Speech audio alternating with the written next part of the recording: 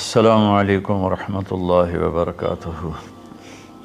بسم اللہ الرحمن الرحیم والصلاة والسلام علی رسولہ الکریم وعلی آلہ وصحبہ اجمعین، اما بعد۔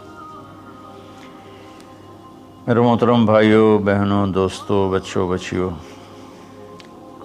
رمضان کی برکتیں اللہ تعالی ہم سب کو نصیب فرمائے۔ اب تو جاتا ہوا رمضان ہے۔ ایک مرتبہ اللہ کے نبی صلی اللہ علیہ وسلم اپنے صحابہ سے فرما رہے تھے کہ بنی اسرائیل میں 4 انبیاء تھے جنہوں نے 80 سال اللہ کے راستے میں جہاد کیا۔ تو صحابہ افسوس سے کہنے لگے، یا رسول اللہ، ہماری تو عمر بھی 80 سال نہیں ہوتی، کم لوگ ہی اس عمر تک جاتے ہیں، اور جب 80 سال کے ہو جاتے بھی ہیں تو کسی کام کے نہیں رہتے، تو پھر وہ تو ہم سے بہت آگے نکل جائیں گے۔ تو میں قربان جاؤں ان صحابہ پر جن کی دلداری کے لیے اللہ قرآن اتارتے تھے۔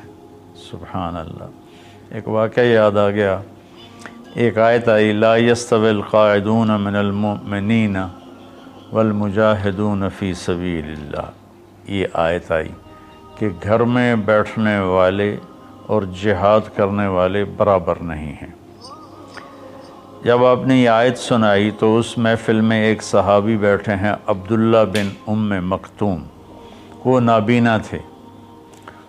وہ کہنے لگے، یا رسول اللہ، میں تو جہاد کے قابل ہی نہیں ہوں، تو آپ کا رب کہہ رہا ہے کہ گھر میں بیٹھنے والے اور جہاد کرنے والے برابر نہیں، تو مجھے تو اندھا اللہ نے بنایا، تو میں اس نعمت سے محروم ہو گیا، تو میرے لیے کوئی گنجائش نہیں ہے۔ تو سبحان اللہ، جبریل دوبارہ واپس آئے ایک لفظ لے کر، پورا جملہ نہیں، صرف ایک لفظ۔ پہلے آیت اتری، لا یستوی القاعدون من المؤمنین والمجاہدون فی سبیل اللہ۔ تو ابھی عبداللہ بن ام مکتوم کی فریاد ختم ہوئی کہ جبریل اتر آیا کہ یا رسول اللہ، اللہ فرما رہے ہیں اب اس آیت کو یوں پڑھا جائے، لا یستوی القاعدون من المؤمنین غیر اولی الضرر والمجاہدون فی سبیل اللہ، کہ جو لوگ گھر میں بیٹھے ہوئے ہیں اور ان کو کوئی عذر نہیں ہے اور وہ اللہ کے راستے میں جہاد نہیں کرتے، تو وہ اور اللہ کے راستے میں جہاد کرنے والے برابر نہیں۔ ہاں، جن کو عذر ہے اور وہ اس عذر کی وجہ سے نہیں جا سکتے، تو ان کے لیے اتنا ہی اجر ہے جتنا اللہ کے راستے میں جہاد کرنے والوں کا اجر ہے۔ یہ ایک ایسی جماعت اللہ نے دنیا میں بھیجی، 1,24,000 صحابہ تو حج میں تھے، صحابہ کی تعداد اس سے زیادہ ہے، وہ 1,24,000 حج کی حاضری تھی۔ تو اللہ تعالیٰ نے ان کی طفیل پوری امت پہ کرم کیا۔ جب وہ غمگین ہوئے کہ ہم تو 80 سال جیتے بھی نہیں، تو ہم ان کے برابر کیسے ہوں گے، تو جبریل آ گئے، یا رسول اللہ، اپنی امت کو ایک خوشخبری دیجیے، انا انزلناہ فی لیلۃ القدر وما ادراک ما لیلۃ القدر لیلۃ القدر خیر من 1000 شہر تنزل الملائکۃ والروح فیہا باذن ربہم من کل امر سلام ہی حتی مطلع الفجر۔ سبحان اللہ۔ اللہ تعالیٰ نے فرمایا کہ ہم نے قرآن کو لیلۃ القدر میں اتارا۔ آپ پر جو وحی آئی، جس وقت آپ کی عمر 40 سال اور 6 مہینے اور 10 دن تھی۔ یہ 40 سال 6 ماہ 10 دن ہیں چاند کے سسٹم کے لحاظ سے، محرم، صفر، ربیع الاول۔ انگریزی مہینوں کے لحاظ سے آپ کی عمر اس سے بھی کم تھی۔ تو جبریل آئے پیر کی رات غار حرا میں 21 رمضان کہ یا رسول اللہ، اللہ نے آپ کو نبی بنایا۔ پھر وہ روایت الگ ہے، خیر۔ تو اللہ تعالیٰ نے یہ آیت اتاری کہ ہم نے قرآن کو اتارا لیلۃ القدر میں۔ پھر اللہ کہتا ہے فما ادراک ما لیلۃ القدر، تمہیں کوئی خبر بھی ہے کہ لیلۃ القدر کیا ہے؟ پھر اللہ نے خود جواب دیا، لیلۃ القدر خیر من الف شہر، لیلۃ القدر 1 مہینوں کی بندگی سے زیادہ اجر رکھتی ہے۔ ایک رات عبادت کرو تو 1000 مہینوں سے اس کا اجر زیادہ ہے۔ 83 سال سے بھی اوپر چلا گیا۔ پھر اللہ نے دوبارہ فرمایا کہ لیلۃ القدر کیا ہے؟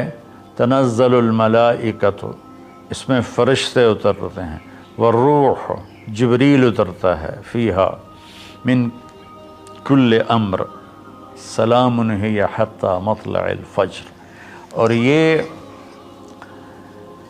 فجر کی طلوع فجر تک یہ رات اپنی برکتوں کے ساتھ رہتی ہے۔ اب اللہ تعالیٰ نے لفظ قدر کے جتنے مطلب تھے نا، سب کا احاطہ کیا ہے اس چھوٹی سی صورت میں۔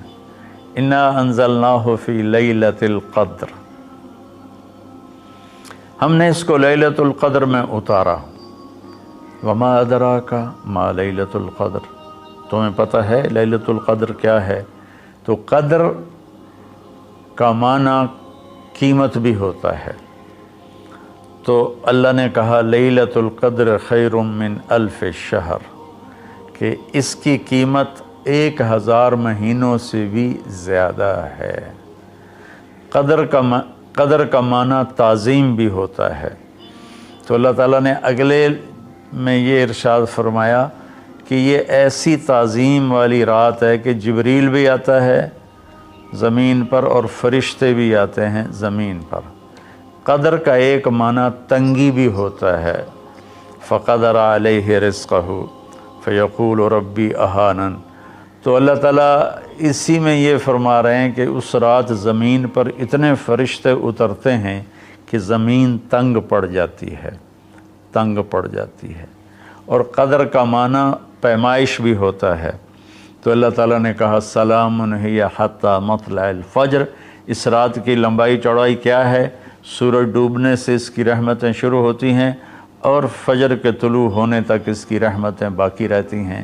اس طرح قدر کے لفظ کے ہر معنی کو اللہ نے انتہائی خوبصورتی کے ساتھ اس چھوٹی سی صورت میں بیان فرمایا۔ تو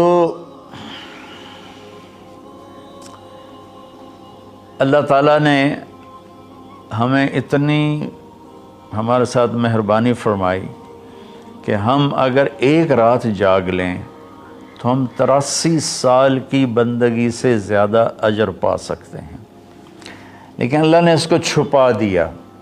21، 23، 25، 27، 29 ان 5 راتوں میں چھپا دیا۔ اچھا چھپایا کیوں؟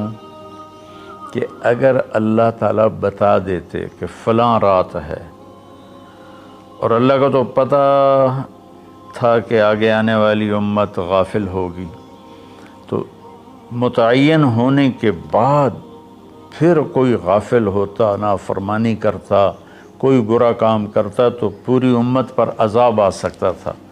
تو اللہ تعالیٰ نے اپنے فضل سے اسے چھپا دیا۔